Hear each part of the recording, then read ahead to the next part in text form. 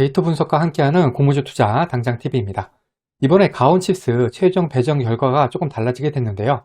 과연 뭐가 달라졌는지 그리고 무엇이 문제인지 생각해 보도록 하겠습니다.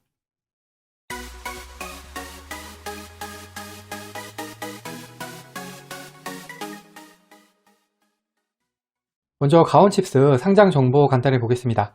청약증권사는 대신증권이고요. 상장일은 5월 22일 금요일입니다. 공모가는 공모가 밴드 상단을 초과한 14,000원으로 결정이 되었습니다. 가온칩스가 어제 최종 배정 결과 정정 공시를 냈습니다. 정정 공시의 목적은 바로 기간 청약에서 실권주가 발생을 했는데 이 부분에 대한 처리였습니다.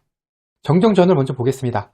여기 최초 배정을 보면은 기간 투자자가 150만 주, 일반 투자자가 50만 주죠. 그리고 최종 배정 현황을 보시면은 기간 투자자 150만 주, 일반 투자자 50만 주, 즉 최초대로 그대로 배정이 된 것을 알 수가 있습니다. 하지만 이번에 정정 공시를 내면서 변경된 부분이 있는데요.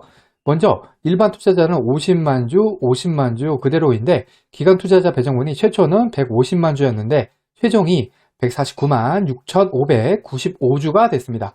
이 얘기는 뭐냐면 기간 투자자 배정분에서 실권주가 3,405주가 발생했다는 것입니다. 그리고 여기 밑에 써 있는 대로 이 실권주 3,405주는 대신증권이 전량 인수했습니다.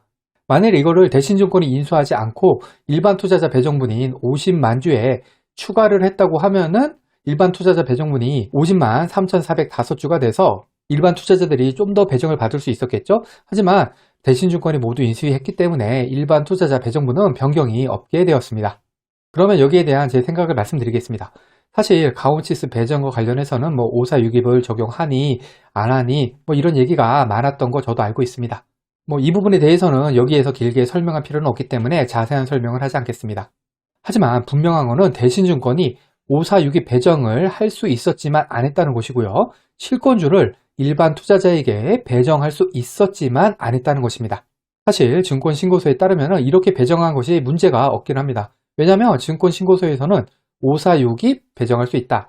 아니면은 실권주는 다른 항목에 일반 청약이 되겠죠. 일반 청약으로 배정할 수 있다라고 되어 있습니다. 이게 할 수 있다는 거는 안 할 수도 있다는 뜻이 되기 때문에 546이 만하고 실권주를 일반 청약으로 배정 안 한다고 하더라도 증권신고서랑 다르게 배정을 한 거는 사실 아니죠. 그럼에도 불구하고 공모주 투자로 소소한 이익을 보는 우리 같은 일반 투자자로서는 상당히 아쉬운 그리고 대신증권에 대해서 굉장히 실망할 수밖에 없는 결과라고 생각을 합니다. 이번에 실권주 3,405주를 대신증권이 인수를 했죠.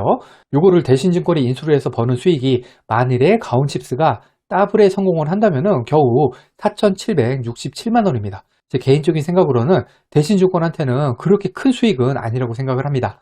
하지만 만일에 이거를 일반 투자자에게 배정을 했다면 3,405명이 한 주씩 더 받을 수 있었죠. 그리고 한 주씩 더 받았기 때문에 3,405명은 추가로 치킨 한 마리씩 정도는 먹을 수 있는 수익을 놓치게 된 거죠. 이거 솔직히 별거 아닌 일이라고 생각할 수도 있습니다. 제가 그리고 이런 부분에 대해서는 그렇게 비판적인 자세로 영상을 올리지도 사실 않았습니다. 그런데 일반 청약자들을 배려하지 않는 대신증권의 선택을 연속해서 보다 보니까 이거 대신증권이 소액주주나 일반 청약자들을 배려하지 않는다는 점을 분명하게 느끼게 됩니다. 이번 대신증권 배정 사태는 앞으로도 계속 기억에 남을 것 같고요. 여러분들도 한 번쯤은 더 생각해 보시기 바랍니다. 이상으로 오늘 영상을 마치겠습니다. 오늘 영상이 도움이 되셨다면 구독, 좋아요 그리고 알림 설정까지 부탁드립니다. 감사합니다.